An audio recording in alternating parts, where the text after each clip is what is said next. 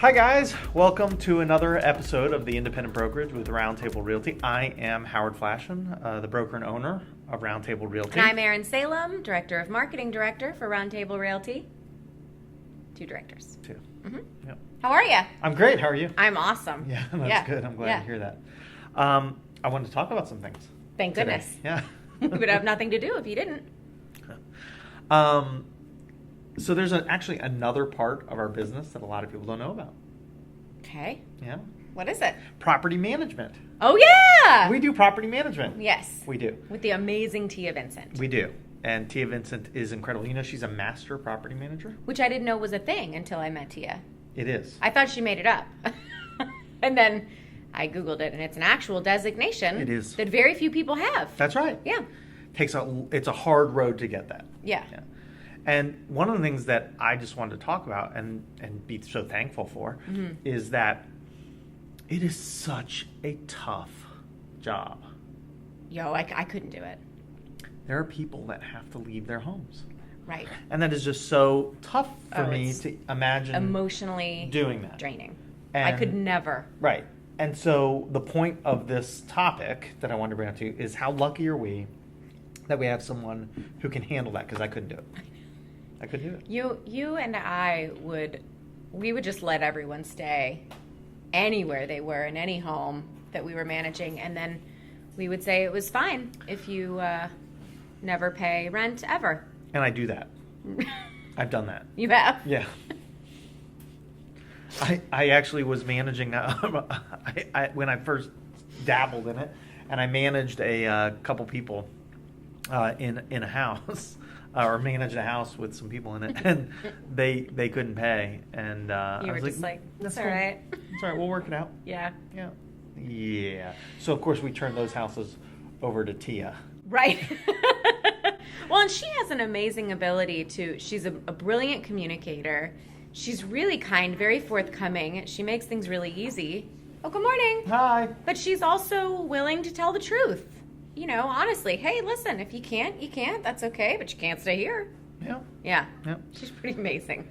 So anyway, we can help people buy these properties if they want to have them rented out, but we certainly cannot manage them, the two of us. No. We have to turn those over. Mm-hmm. Yeah, and that's good for you. Really good for you. Yeah, and I think that's really smart that we did that as well. Me too. Okay. So I wanted to bring up another topic. I want to talk about builders. Okay. New home construction. It's really hot in North Florida. Really, yeah. And I've had a lot of clients become frustrated with how long it takes for builders to build homes. And not so much that they are taking too long, because we know it takes 6-ish months or whatever. Okay. But I didn't know that. Yeah. But okay. There you go. Yeah. So do you know how long it takes to build a home? 6 months. Yeah, there you go. But the communication is the problem. And so what happens is they think that it's going to be this hard deadline of 6 months. Right. But there's so many cogs in the machine and so many people that have to touch a home, like you mentioned the other day. Yeah. Hey, there's electric. Right. Oh, walls. Yeah, walls. That things just bottleneck up. And so what ends up happening is 6 months can turn into 8. And that's a big difference for someone who's waiting to move into their home. Yes. Yeah. It's very problematic. And so what ends up happening is that the realtor that you've brought on board can start to facilitate conversations. Now, don't get me wrong. There is nothing as powerful as the customer themselves communicating with the site agent their frustration. Powerful is a nice way to say that. Yes. And sometimes it ends up kind of being a good cop, bad cop sort of thing. Sure. But there's always a benefit of having a realtor involved so that you have the leverage of a brokerage behind you. So when you say, hey, I'm not happy, it's not just you on an island. Right. There's, potentially hundreds, if not thousands of potential customers in the same boat as you saying, hey, Builder X. Exactly. We expect it. And that's why it's so important, to have a realtor when even in new construction, because a lot of people don't think they need one. Right. They think, oh, well, it's new construction, they're building new, I don't need a realtor. You do, especially one that's experienced in new home construction. But also to ask that realtor, how much support do you have at your brokerage? Do you know your brokers? Because knowing that they've got a team behind them, that just stacks the odds in your favor even more. Well, and here at Roundtable, Keith and I come from that background, and we've Right. really tried to educate our family here, the Roundtable Realty family, on these things that can occur Right. during new construction. Right. Yeah. I hear about it a lot around here, actually. Yeah. A lot of agents coming in and saying, still waiting on the builder to do this. And Keith and Howard saying, okay, here's what you can say. Here's what you should send. Here's when it's time to throw down the gauntlet. Or whatever. I've had to go and do walkthroughs. Oh, really? Yeah. Huh. Yeah. So if there's an agent out there that says, listen, this has really been tough. Yeah. We've been leading all the way up to today. Yeah. Usually a week before closing, you do this blue tape walk where you get to... Put blue tape on everything. Yeah, it looks like chicken pox. Right. It looks like it sprung chicken pox. Yeah. So sometimes it's just been such a frustrating process from start to finish that, one of the agents says, hey, Howard or Keith, can you please come do this walkthrough just so that we can show the superintendent that we are paying attention to this, that it's because the superintendent sometimes doesn't even meet us. Oh. There can be occasions where superintendent just isn't there. So you're dealing with the sales staff of the builder the whole time. Oh, wow. And now you're finally meeting the superintendent. You've been maybe communicating via email, but Right. they want to But see that it's a face-to-face. real person. Yeah. Yeah, that can happen sometimes. Gotcha. You know what I don't know about you? What? I don't know what your favorite food is. Spaghetti. Really? Hands down. No doubt about it, No. spaghetti. If you put me on an island alone for the rest of my life, but I had spaghetti with red sauce, I would be fine. Spaghetti noodles, can it be any other noodle? Or does that not matter?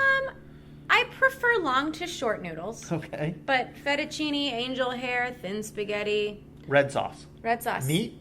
No. Mushroom? Just a bland red sauce. Well, a real red sauce. So a real red sauce has olive oil and garlic and oregano and parsley and basil and salt and pepper and all that good stuff. You're going to have to do that one day. Bring that in. That is not a problem. Okay. I will do that any we day could of do the that week. on the show. I will make a spaghetti dinner for this show, and we can sit and eat it. Actually, you can just talk and do the show, and I will eat it because I love spaghetti so much. Yeah. I did How not about know. you? What's your favorite food?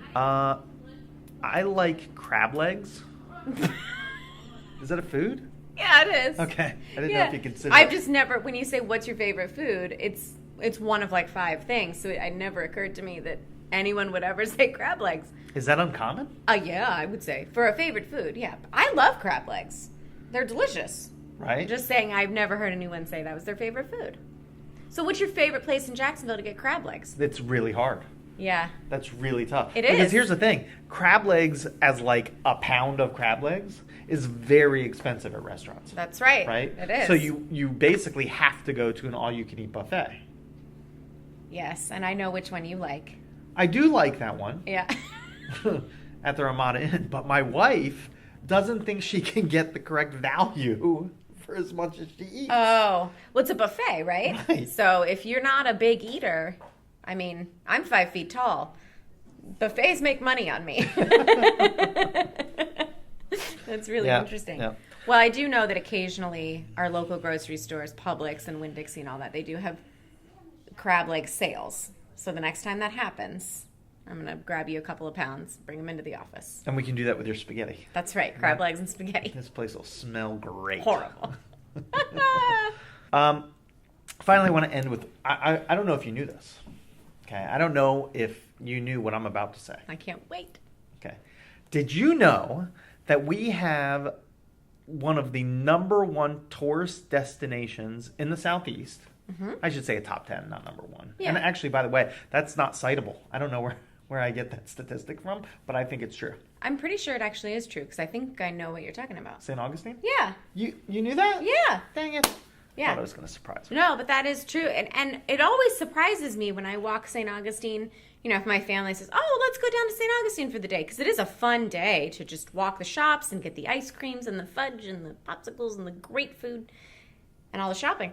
I'm always surprised at how many Europeans are there. Really? Yes. How about that? I didn't know that. It's a hot European destination spot because it's rich in history. Well, we know that. And we don't have a lot of that in the United States. We don't. We like to take our history and then, tear it down and build a new apartment building. That's true.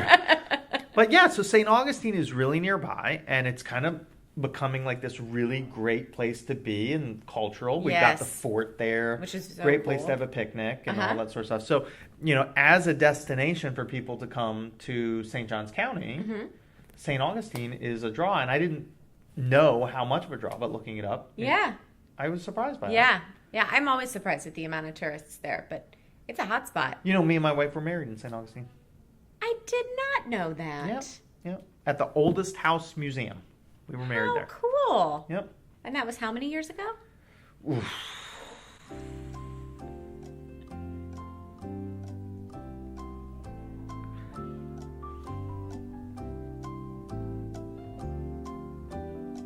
Carry the one. 10?